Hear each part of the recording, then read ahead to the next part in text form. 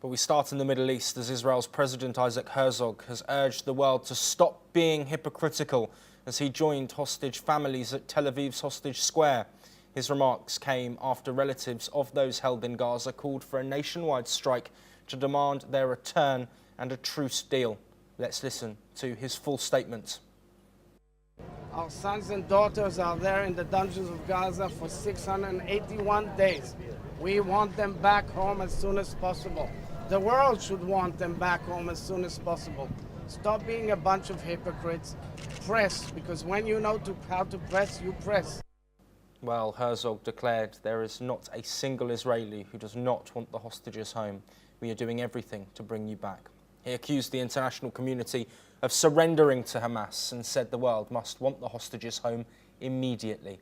Let's now listen to what some protesters have had to say in Israel. I think 90% of Israelis, maybe a little bit less, supported the war in the beginning. But I think at this point, people feel that it's time to end it. People feel that it's time to move forward. And there's a very, very strong sentiment that if we don't return the hostages, Israel will never recover, will never be the same. To continue a war that is a war that you can decide upon, you can either stop it or you can continue it, that's already a big crime. Because we have had many wars, most of them or many of them were not in our hands. We had to fight them. This is a war that we could stop and we should stop. And also we are doing a lot of harm to the Palestinian population, which is not Hamas in Gaza and elsewhere. I'm here because I can't stand not doing anything when there is hostages in Gaza and they're in a military situation and they need to get out right now, and our government and leadership don't do anything to do it and to seal the deal. So we have to do something and be loud and show that we care and that we want to see them come home. Well, opposition leader Yair Lapid also threw his support behind the strike, urging Israelis to walk out in solidarity with the families. Lapid said striking was not about politics but about compassion, stressing that their grief had already lasted 681 days. Well, with us to discuss Isaac Herzog's comments, but also these protests, is Professor Kobi Michael, a senior researcher at the INSS and Misgav Institute, joining us live once again from Israel. Professor Kobi Michael, thank you for joining us once again on NewsX World. Let's first look at these comments from Herzog. He's urged the world to stop being hypocritical. What does he mean by that?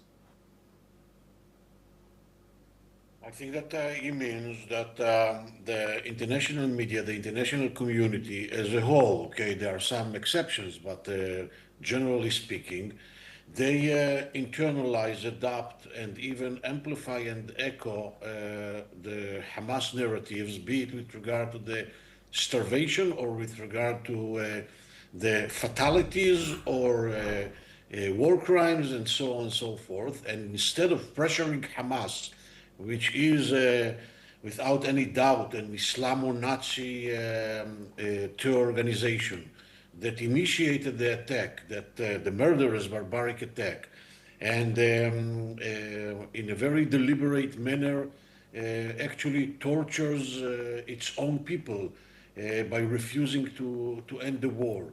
And although there is a very broad consensus in the international community and among the Arab countries here in the region that Hamas cannot be part of the day after in the Gaza Strip and Hamas must be dismantled, the pressures at the end of the day are directed or addressed to Israel instead of to Hamas. And the international community not only echoes the narrative of Hamas, but pressures Israel to flow the Gaza Strip with humanitarian aid, which most of it is stolen, looted by Hamas in order to feed itself and in order to use it for selling in high prices in the markets to improve its financial situation. So I think that this is the hypocrisy that President Herzog refers to. And I think that what we see today in the streets of Israel is a very unique manifestation of the vital and vibrant democracy that we have in Israel. And at the end of the day, this is a sort of, I would say, a collision or a reflection of a collision between two values systems. And this collision very rapidly becomes to be even a sort of a political collision, because the Israeli public is divided between those who believe that the state of Israel must do anything, everything, and in any price in order to bring back the hostages, under the idea that the main obligation of the state is for each individuals. And the other approach, or the other camp, believes that the first obligation that the state has, and mainly Israel, who lives in a very hostile and violent neighborhood, is to the collective security. And therefore, the national security approach should be much wider than that.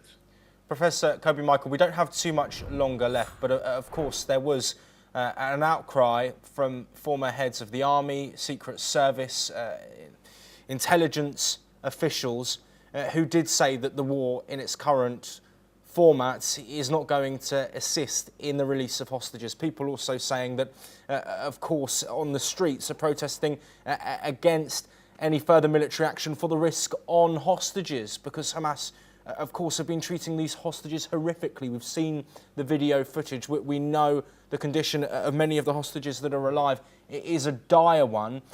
Is there not a consensus from within Israel and potentially beyond that Netanyahu's method is not working in achieving one of his three key goals? Of course, one of the main goals, which is returning these hostages alive where they are already alive, and if they're dead, returning their bodies? No, I think that there is no such a consensus among the Israeli constituency. There are voices, and there is a camp, and maybe even a big camp, that thinks that Netanyahu does what he does, or Netanyahu prefers to continue the war due to personal political survival interests or considerations. But there is I would say another big camp that thinks just the opposite of that.